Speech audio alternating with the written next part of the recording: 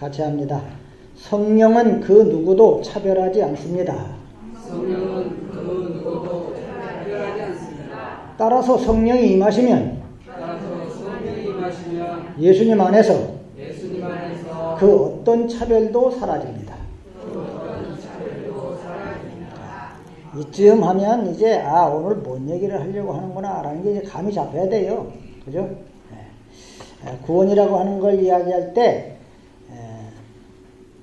그 구원을 누가 일으키시는가? 하나님이신데 좀 더 구체적으로 얘기하면 삼위일체 하나님께서, 삼위의 하나님, 성부 하나님께서는 구원을 계획하시고, 그리고 그 계획만 해놓으면 뭐 하겠어요? 그죠? 설계도만 해놓으면 집이 됩니까? 직접 집을 져야죠. 누가 집을 집니까? 설계사가 설계를 하면 누가 집을 져요?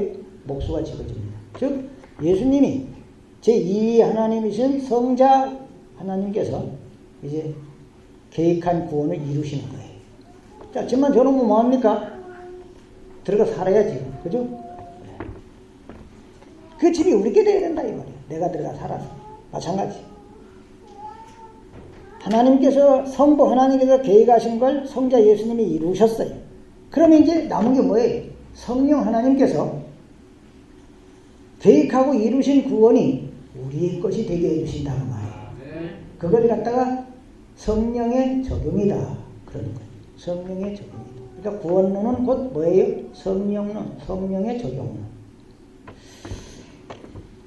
성령이 우리에게 임하지 않았다. 그러면 우리는 신자라고 할 수가 있다 없다? 없는 거예요.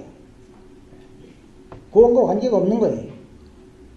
그러니까 성경을 보게 되면 이제 성령이 오시고, 그리고 이제 너는 구원받은 하나님의 소유물이다 라고 도장을 콱 찍어요. 그걸 성령께서 인치신다.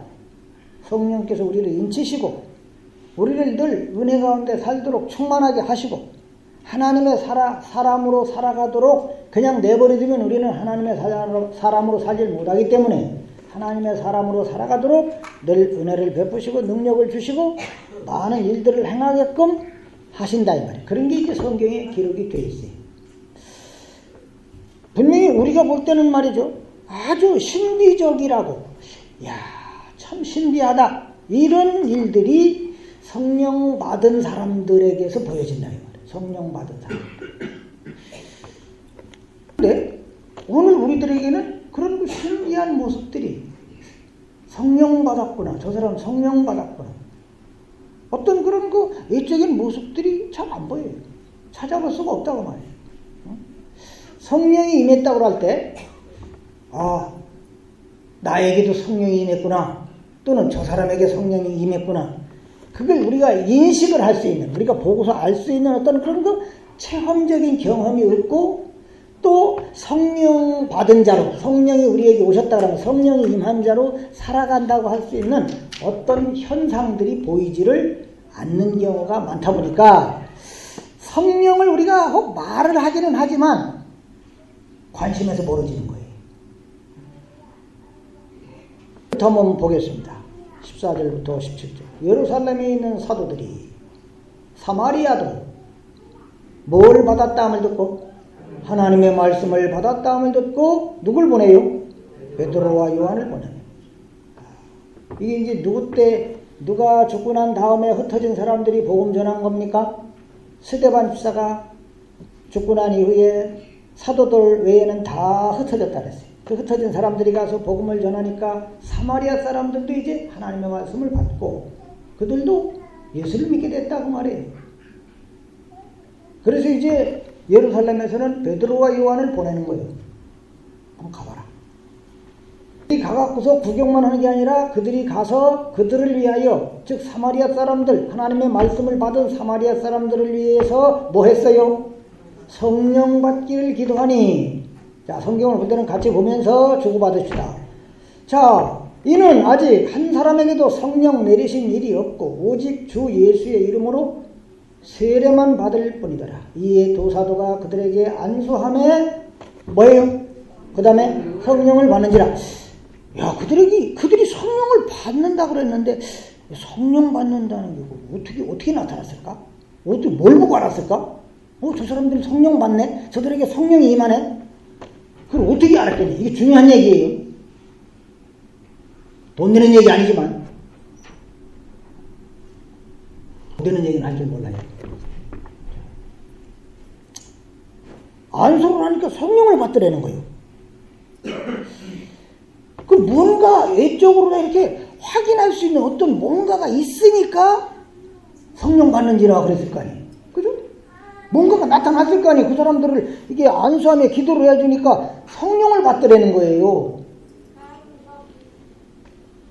성령 받더라. 분명히 뭔가 외적으로 확인할 수 있는 어떤 현상이 있었다는 것이죠. 그렇습니까? 안 그렇습니까? 그러니까 이게 오늘날 우리의 시대와는 이게 뭔가 다른 거예요. 분명히 이 사도행전이 기록될 이 사도행전의 시대에서는 성령이 오시고 성령이 일하시고 이런 것들이 어떤 흔적으로 드러났었다 이 말이에요. 흔적으로. 눈으로 보고 알 수 있도록. 그래서 그 흔적들을 보면서 성령 받았구나. 그렇게 판단할 수가 있었다고 말이에요.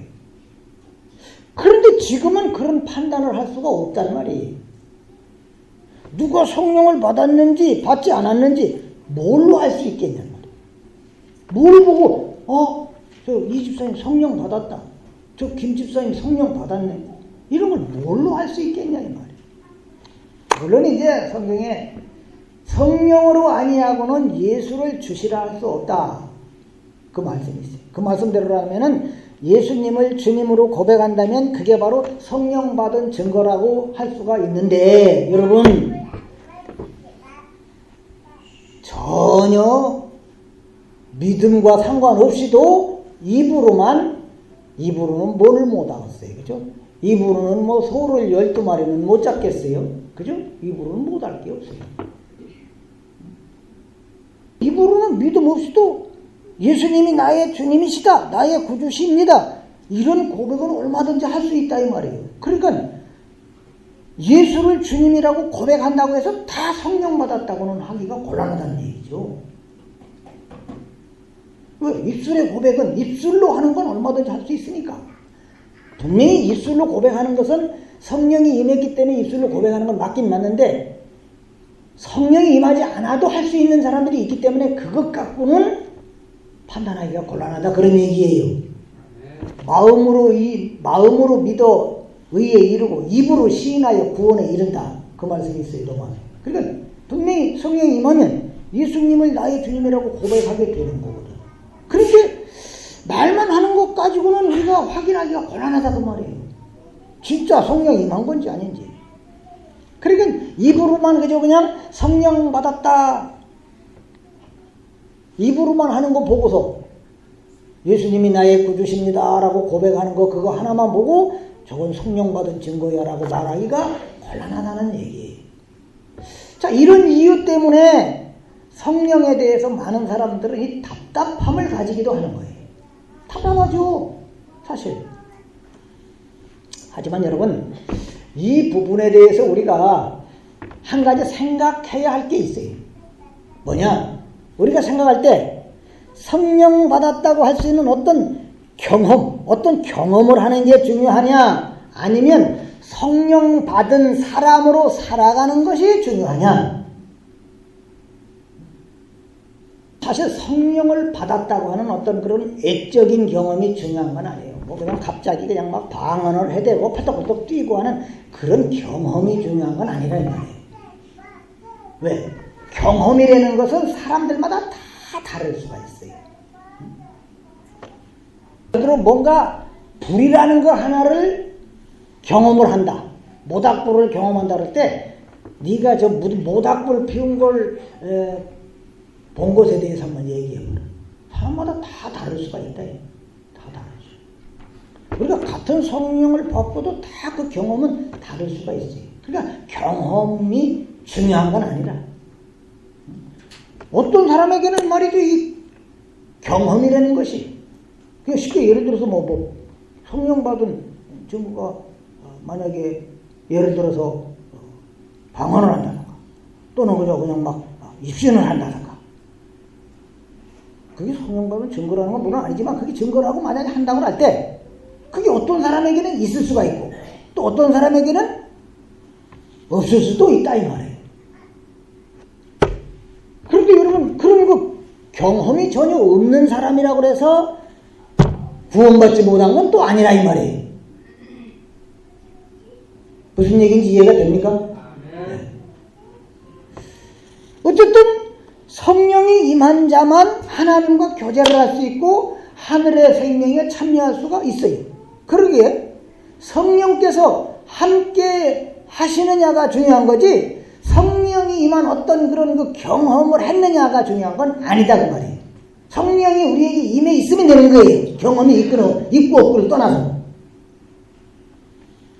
그런데도 불구하고 많은 사람들은 자꾸 이 성령이 함께하는 어떤 경험을 하기를 좋아해요. 아, 기독교는 체험의 종교야 이런 말도 그래서 생긴 거예요. 직접 그걸 한번 체험함으로써 종교적인 쾌감도 한번 느껴보고 하나의 욕심이죠. 남들이 경험 못하는 그런 걸 나도 한번 느껴보고 싶다 이거죠. 만약에 성령이 내게 오심으로써 주어지는 어떤 그런 그 하늘의 신령한 복의 마음을 두고 있다고 한다면 그 사람은 어떤 경험적인 것보다는 말이죠. 그저 그냥 성령이 나와 함께 한다는 것으로 감사하는 것이 옳을 거예요. 그런데 성령께서 함께 한다는 것을 어떻게 알 수 있느냐는 거죠. 문제는 그죠? 성령이 나와 함께 한다는 것을 저 사람 보니까 성령이 함께하고 계시는구나. 그걸 뭘로 알 수 있느냐 이 말이에요. 참 답답한 얘기죠, 그죠? 뜸들이지 말고 얼른 답을 좀 얘기해 주죠. 자, 그걸 보여주려고 사도행전이 있는 거예요, 여러분. 다시 말씀드려서 사도행전에는 성령을 경험한 사람들, 우리가 오늘날 경험하지 못하는 것을 경험한 사람들의 얘기를 기록해 놨어요. 그죠? 사도행전에. 그래서 이제 우리에게는 우리가 경험하지 않고도 성령을 경험한 사람들의 얘기를 보면서 뭔가를 깨달아 알라는 거거든. 그러니까 지금 이 시대에는 말이죠. 내가 직접 성령이 함께한다는 어떤 애적 경험을 하지 않아도 말이죠. 무엇이 성령이 원하는 것이고 성령으로 사는 것이 어떤 것이냐. 이것은 이미 기록되어 있는 이미 경험한 사람들의 얘기를 통해서 알 수가 있다 그 말이에요. 나도 꼭 경험을 해야만 그걸 아는 건 아니거든. 응? 아까 불 얘기를 했었는데 불을 이렇게 만져보니까 엄청 뜨겁더라. 그냥 손이 다 디어갖고 엉망이 됐다. 그 불이 무섭다는 걸 그거를 꼭 경험을 해봐야 하는 겁니까? 경험한 사람들의 그걸 보면서도 아, 불이 내는 건 무서워. 이쪽 지역은 뭐 태풍이 몇 번 우리나라에 와도 그렇게 뭐 심하게 때리고 가진 않았어요. 그렇다고 해서 우리가 태풍이 무섭다는 걸 모릅니까? 다른 곳에 다른 사람들 경험한 거 힘들어하고 하는 것들을 보면서 야, 정말 자연재해 태풍은 진짜 무서운 거구나. 알 수 있다 이 말이에요. 여기도 태풍이 한번 지나가봐야 우리가 알겠는데 이건 아니다 이 말이에요. 이해가 되시면 하면 성령의 얘기도 그건 거예요. 사도행전 사람들이 이미 다 경험해갖고 그들이 성령이 이렇게 일하신다라는 걸 기록으로 쭉 남겨놓으면 우리는 그걸 보면서도 우리는 경험하지 않고도 성령이 임하면 이런 일들이 일어나는 것이구나. 성령께서는 이런 걸 원하시고 성령은 우리를 이렇게 이끌어 가시는 거구나. 그러니까 그런 것들을 살피면서 나는 지금 성령을 따라 제대로 살고 있느냐 이걸 점검하는 것이 중요한 거예요. 괜히 그저 쓸데없이 나도 경험하고 싶다고 사도행전에 있었던 그 사람들이 경험했던 그런 성령 체험 나도 하고 싶어요. 이건 미련한 짓이다 이 말이에요. 물론 하게 해주실 수도 있죠. 하나님은 얼마든지 하는 이들도 있을 수 있고. 만약에 성령이 임하는 어떤 애적 경험이 중요하고 그게 구원을 이루게 하는 것이라면 그 경험이 있어야만 구원을 받는 것이라고 한다면 하나님은 지금도 그런 경험을 계속 하게 해줄 겁니다. 그렇죠? 하지만 이미 경험한 사람들을 우리 앞에 딱 세워갖고 성령은 이렇게 일하신다 라고 하는 걸 알려주고 있다 이 말이에요. 그러니까 그 사람들의 그걸 보면서 그들을 보고서는 판단하라는 말씀이라는 걸 알아야 합니다. 자, 이제 이렇게 볼 때 베드로와 요한이 사마리아에 와서 이제 말씀을 받은 사람들을 안수해주고 하니까 성령이 임했다. 이 얘기도 단지 사마리아 사람이 성령 받았다는 것을 말하려고 하기보다는 어떤 다른 의미가 있다는 얘기예요. 두 사도는 누구예요? 베드로와 요한 둘을 보냈잖아요. 그죠? 베드로와 요한이 사마리아에 오게 된 건 뭐예요? 예루살렘에 있는 사도들이 이제 사마리아도 말씀 받았다 이 소식을 듣고는 보낸 거예요. 그런데 예루살렘에서 사마리아에 온 그 두 사도는 유대인입니까? 사마리아 사람입니까? 예? 베드로와 요한은 어디 사람이에요? 유대인들이라 이 말이에요. 이 유대인들의 의식 속에는 말이죠, 유대인과 이방인 이걸 정확하게 구분하는 그런 의식이 있어요. 유대인은 거룩한 백성이고 사마리아 사람과 같은 저런 이방인들은 다 어떤 사람들이에요? 하나님의 저주받은 자들, 멸망받아 마땅한 자들. 차별을 하는 거예요. 벌써 복음을 전하는 사도들이지만은 아직까지는 유대인으로서의 어떤 그런 그 우월의식, 이방인들을 그저 얕잡아보는 차별의식, 이런 걸 계속 가지고 있는 상태예요.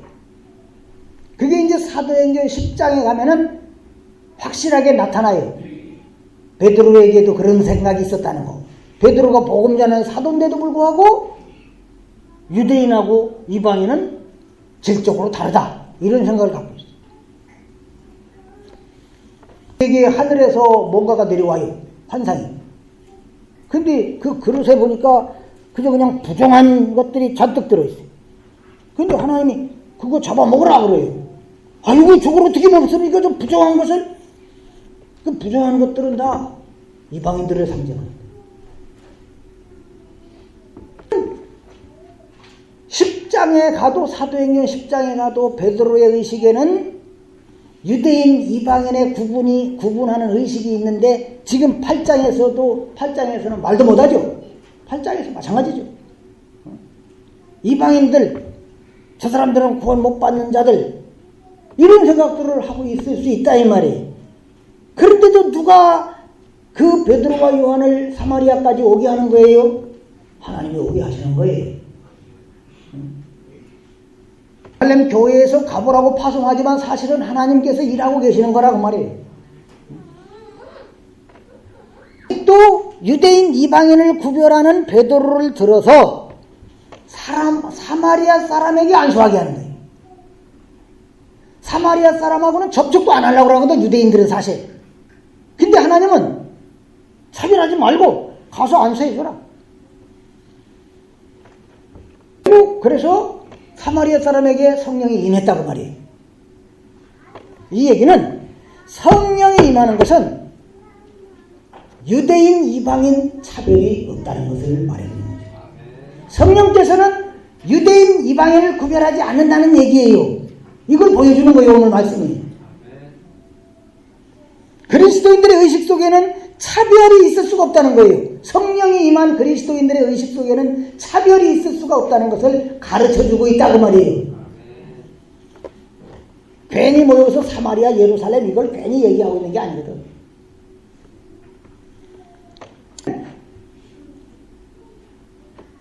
요한이 가갖고 사마리아 사람들한테 안수해가지고서 성령이 임하게 되고 하는 것은 사마리아 사람에게 특별히 성령이 임하는 체험을 주기 위해서라기보다는 성령은 결코